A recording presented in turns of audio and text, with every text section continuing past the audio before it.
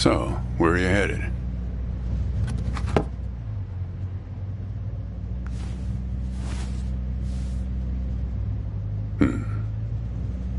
Not the talkative type, eh? That's okay. Most people I pick up are just waiting for their turn to talk. Want a raisin? They're from my farm.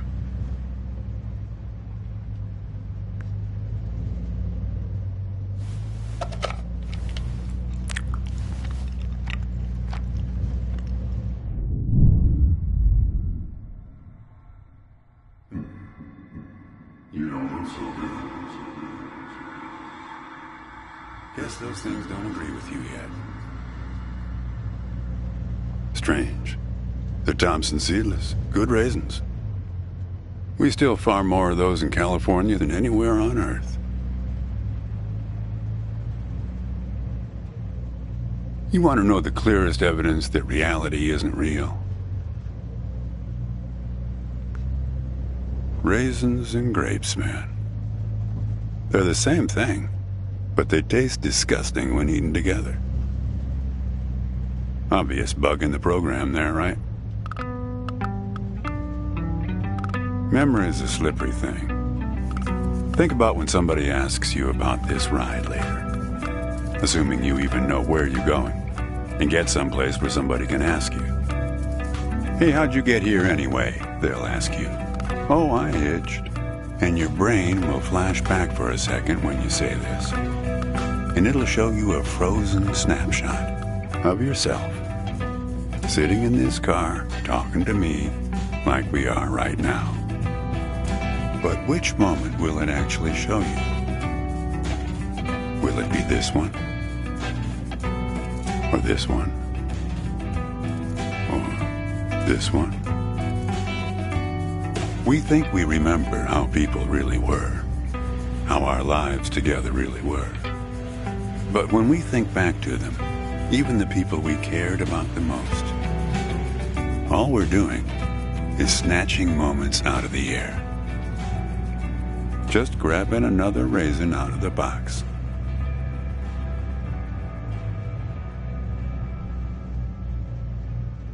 I've spent a lot of time around raisins. They're like those dogs you see with wrinkles of skin falling over their eyes. Not the most handsome dogs, basically helpless but lovable. My wife, she preferred grapes the way most people do. She's dead now, but you probably guessed that. Takes one to know one, right? I can always spot someone who's grieving along this highway. They usually stand on the road with a dazed look on their face and their thumb up in the air. Young guy like you, I wouldn't have a clue. My wife, if I'm totally honest with you, I don't really remember what she looked like. Remember everything about her. Just not her face. Some people have faces that are easy to remember. Doesn't seem fair.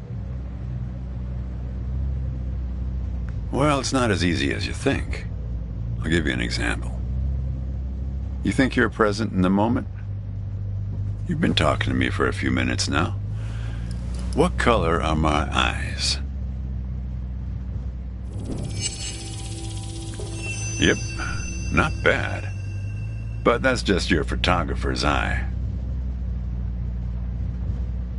Better lucky than good, am I right? Do me a favor and crack the window, would you?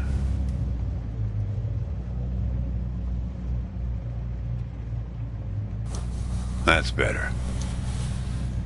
Now, where were we? What you got there? Just a matchbook, huh? I figured it must have been something important. Because the window is still open. Yeah, fair number. But after a while, you start seeing the same few archetypes over and over. You got the numbnuts Kerouac fans. You got your autodidact blowhards. They'll talk your ears off. You get a lot of people from Cincinnati for some reason. You got your deadheads trying to get to some concert someplace. And then there's the water bottle person, always worrying that they're going to run out of water before they get where they're going.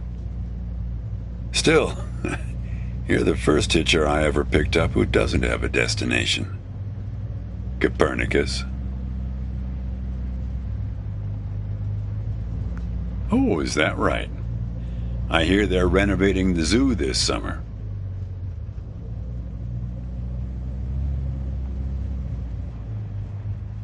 You know, when I was a kid, my brother and I used to drive our parents crazy on long drives like this. Our folks wouldn't let us listen to the radio in the car. So we used to make up these songs about food on long drives to pass the time. We had this one with about 30 verses, each about a different kind of grain. There was this one time when we passed a billboard for this new kind of bread, balach bread. In hell they have a hell a lot of balach bread. In hell they have a hell a lot of balach bread. In hell they have a hell a lot of balach bread. In hell they have a hell a lot of balach bread. Oh yeah, that drove Mom and Dad crazy. Come on, join in. In hell they have a hell a lot of balach bread. In hell they have a hell a lot of balach bread. In hell they have a hell a lot of balach bread. In hell they have a hell a lot of balach bread.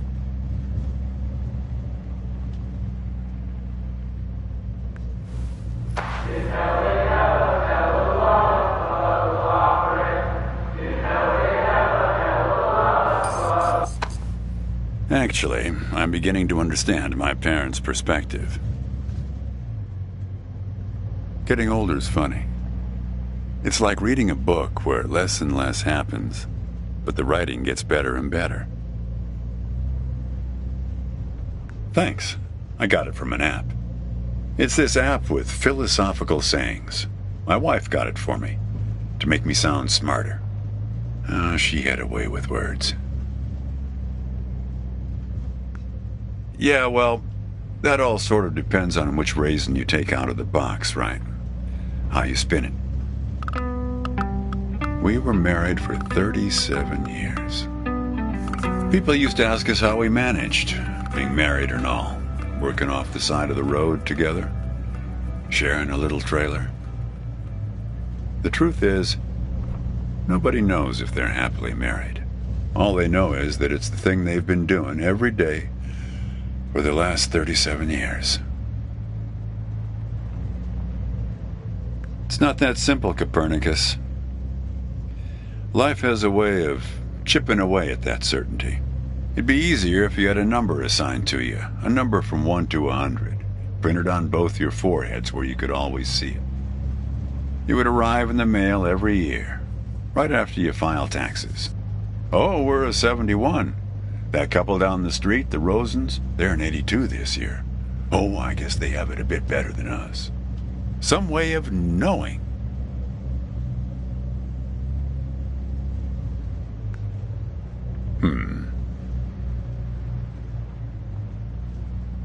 There's a photo in that glove box there of us, standing in front of our trailer.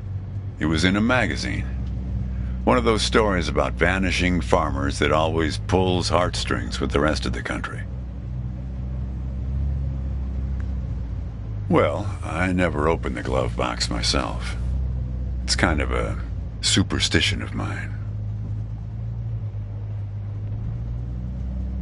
But help yourself.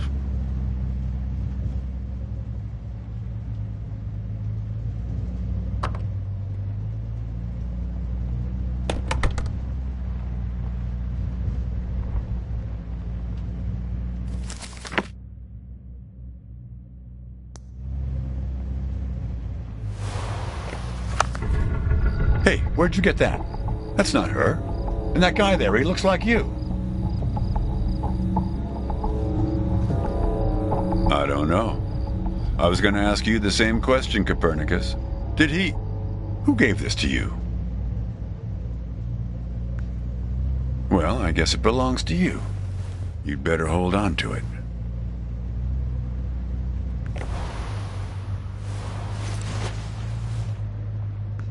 What woman? Well, her. Well, hard to say. I wouldn't lose any sleep over it. What's that black thing in the glove box, anyway?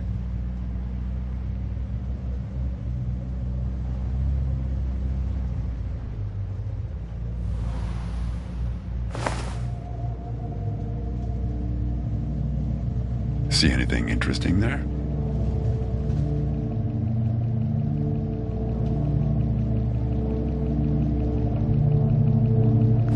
A windmill, eh? No idea.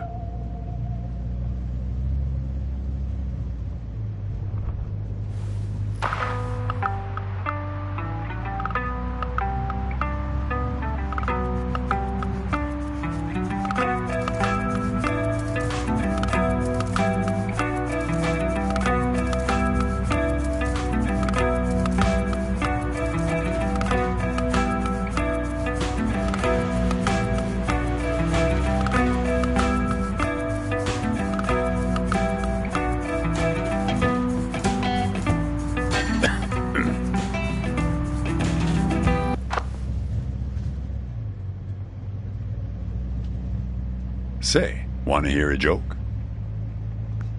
Why did the raisin take the prune to the dance?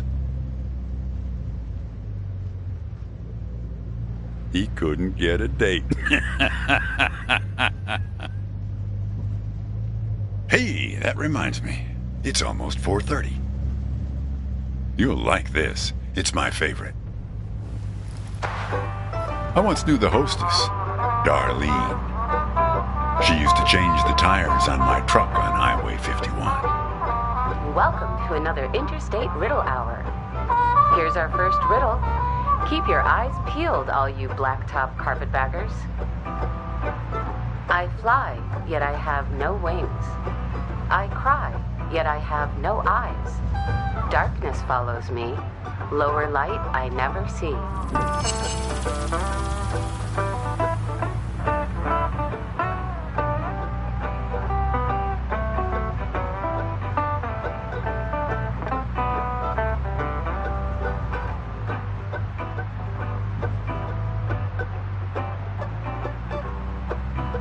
Need some help? I fly, yet I have no wings. I cry, yet I have no eyes.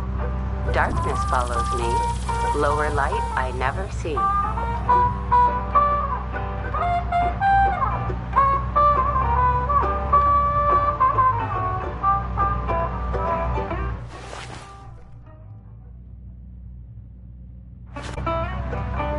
Need some help? We're looking for something fluffy.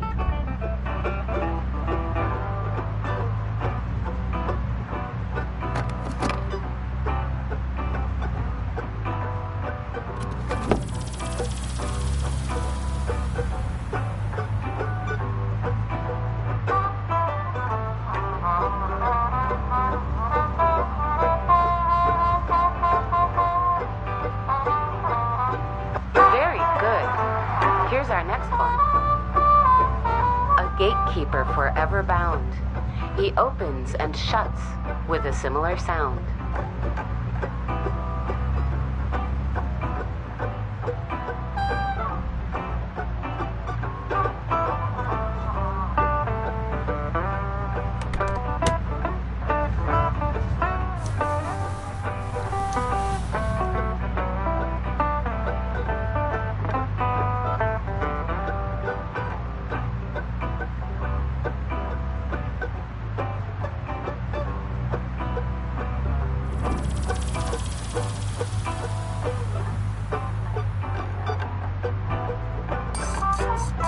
Need some help?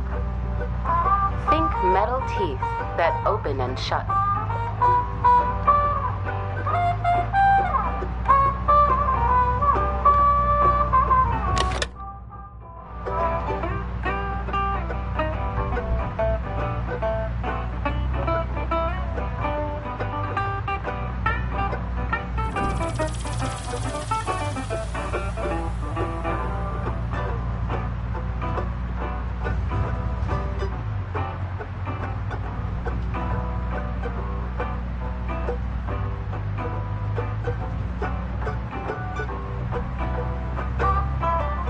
Need some help? A gatekeeper forever bound. He opens and shuts with a similar sound.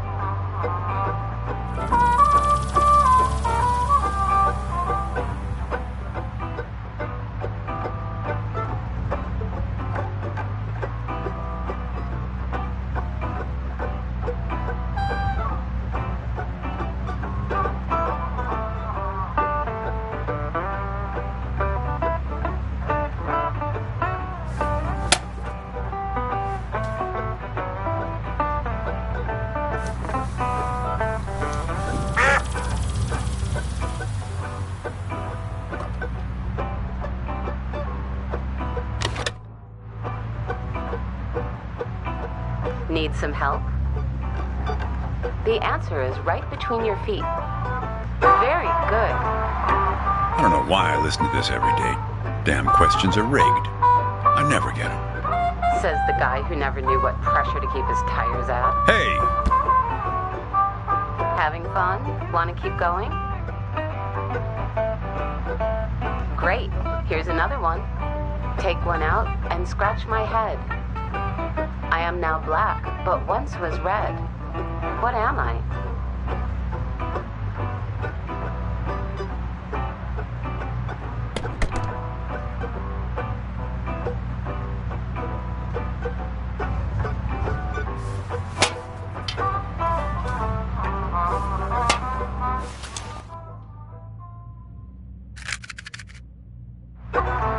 Okay, here's a tough one. I have 4 wings but cannot fly. I never laugh and never cry. On the same spot I'm always found, toiling away with little sound. What am I?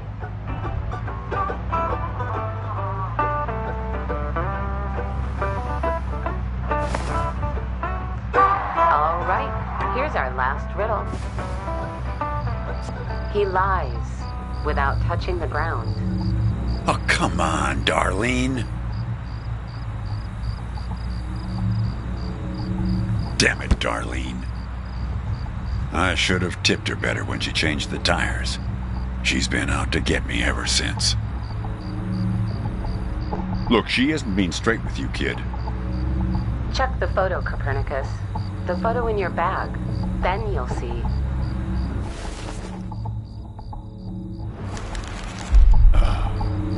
She's in trouble, Copernicus.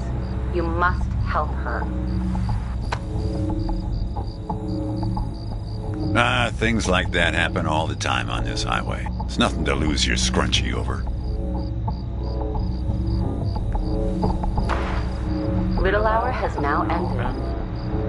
I've helped you all I can this time. So long, Copernicus. Kid, I am sorry about your girlfriend. But I had nothing to do with it. It's just the opposite. I was sent to protect you. From yourself. You picked this car every bit as much as I chose to stop for you. You picked this car, picked me, not to feel anything. Kid, just let it go. There's nothing for you down that road. Nothing but hurt. Look, I admit I lied, but only about one thing.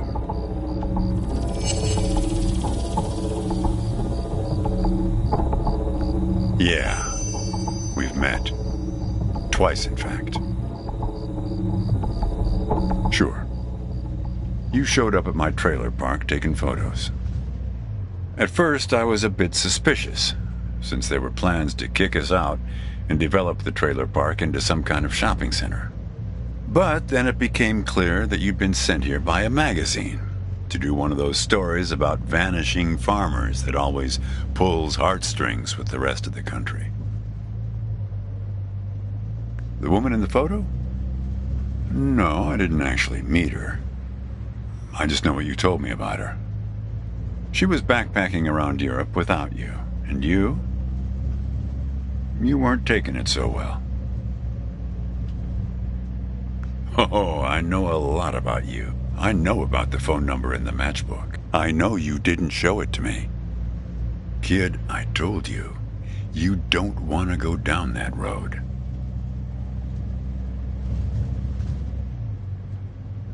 Well, there's one more lie I told you. We're not number one anymore.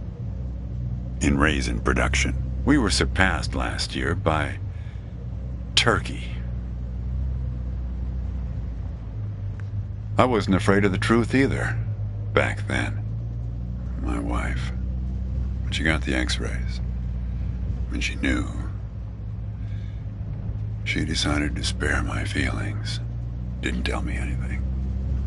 Hid the x-rays in one place I'd never suspect, because it was so obvious.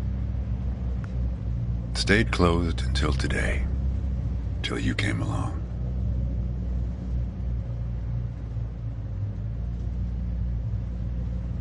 That's what you liked about me when we met, when you came to take those photos. You said you admired my fortitude. I had to look up at least one of those words in the dictionary. Turns out that you just meant my not feeling every little thing that's gone wrong with me. Well, that's life as a raisin farmer. We're not known for live casting our power ballads. Each raisin is a little setback that you've learned to live with. You don't dwell on it or try too hard to remember.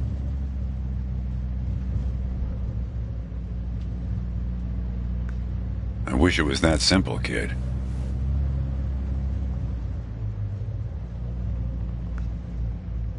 Hey, Chief, why don't you have a look here?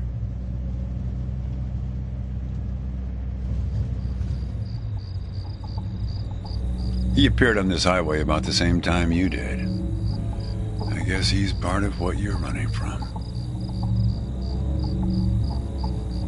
Not sure. You can't see him directly. He only shows up in mirrors, windows, pictures. Well, we haven't talked yet about the second time we met. That's the thing. It's a little hard to explain. Better if I just take you there. It's just a quick detour. We'll be there in a minute. But close the window. You don't want to have it open where we're headed.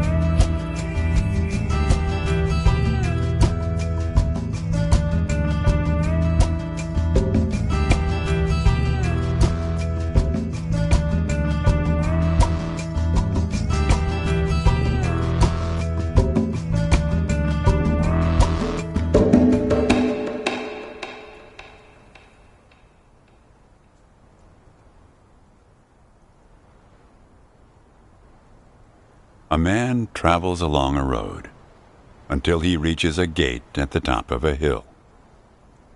The road has been long and straight so far, and the going has been easy. But now the man can't go any further, so he takes a seat by the road to rest. The man waits, and after a length of time that seems neither short nor long, the gate opens, and a guard appears.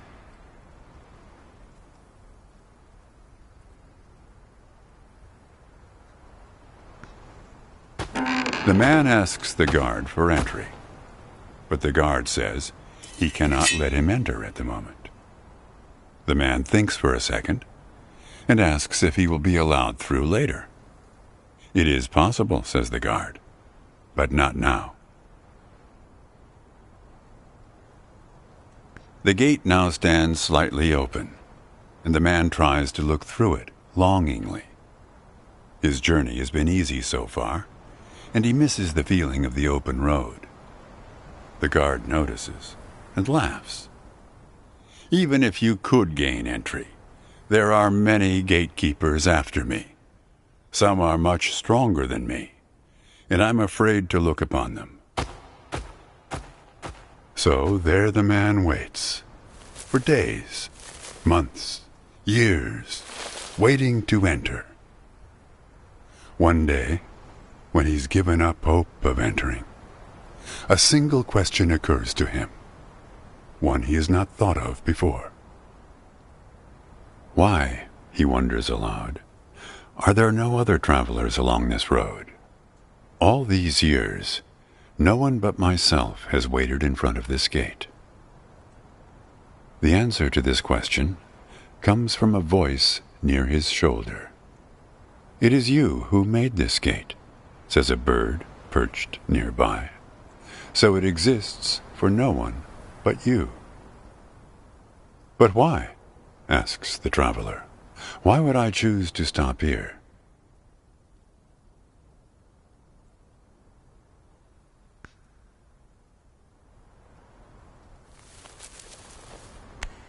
The bird answers after hungrily eating a crust of bread from the man's hand. After this point, the road becomes less straight. It splinters like the tree in which I live, splitting into dozens, hundreds of branches. The path becomes impossibly narrow and frail, and crowded with the view of other paths one could have taken. There's only one point ahead on the road where all paths converge, where all points join, where the light shines through skin and through lies. But it's never been reached by one of your kind, a traveler who walks on feet.